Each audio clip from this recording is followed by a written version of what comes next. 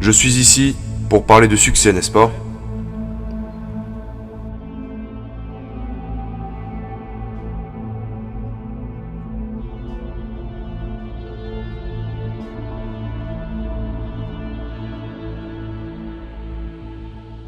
La première règle du succès est d'avoir une vision.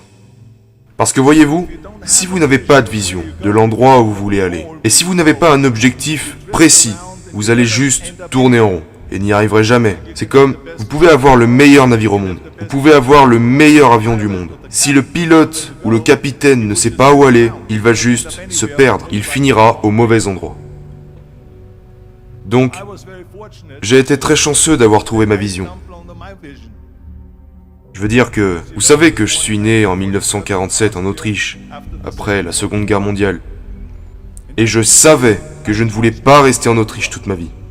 J'étais impatient d'en sortir. Je ne pouvais pas me voir, moi aussi, devenir un agriculteur ou un travailleur en usine, ou quelque chose comme ça. Même si, bien que mes parents voulaient que je reste, et que mon père, qui menait une vie normale, voulait que je devienne un officier de police, comme il l'était. Ma mère voulait que je reste au pays pour épouser une fille au nom de Heidi, avec l'espoir d'avoir plein d'enfants, comme la famille Von Trapp dans The Sound of Music, vous savez. Mais c'était leur vision, pas la mienne. Ma vision était totalement différente. Je sentais que j'étais né pour quelque chose de spécial, pour quelque chose d'unique, pour quelque chose de grand. C'était un sentiment génial. Je sentais que je savais où je voulais aller.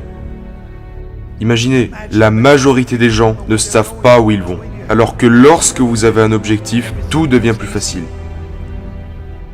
Car rappelez-vous qu'en Amérique, par exemple, lorsque vous étudiez, vous verrez le pourcentage de personnes qui aiment leur travail.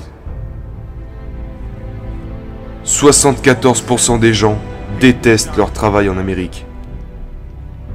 Et ce n'est pas très différent quand on sera en Europe. La majorité des gens n'aiment pas ce qu'ils font. Parce qu'ils n'ont jamais eu de but qu'ils auraient pu suivre. Ils vagabondent juste sans but.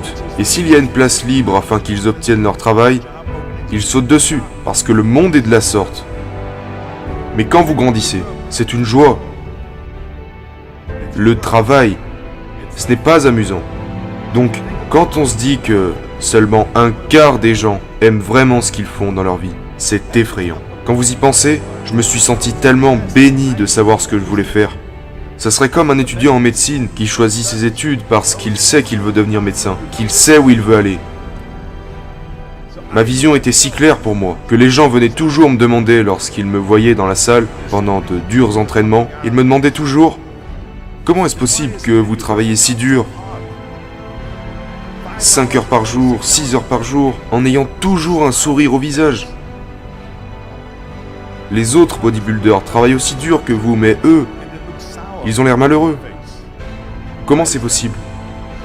Je leur répondais que, pour moi, l'idée de devenir Mister Olympia était si grande que je savais que chaque répétition que je faisais me rapprochait de la réalisation de cet objectif.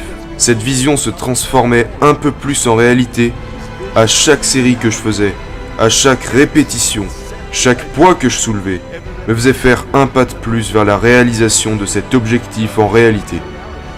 Donc je ne pouvais pas attendre de faire un squat de plus à 220 kg, je ne pouvais pas attendre une autre série au développé couché, je ne pouvais pas attendre de faire 2000 abdos supplémentaires, je ne pouvais pas attendre le prochain exercice, la prochaine demi-heure de posing et tout le genre de choses que vous devez faire pour devenir un champion.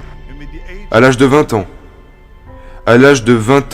je suis allé à Londres et j'ai gagné le concours de Mister Universe en tant que plus jeune Mister Universe de tous les temps. Et si c'est arrivé, c'est parce que j'avais un objectif. Alors laissez-moi vous dire quelque chose. En visualisant votre objectif, les choses deviennent amusantes. Vous devez avoir un but. Peu importe ce que vous faites dans la vie, vous devez avoir un but. C'est la règle numéro 1. Avoir une vision. La règle numéro 2 est de ne pas écouter les haineux. N'écoutez pas les défaitistes.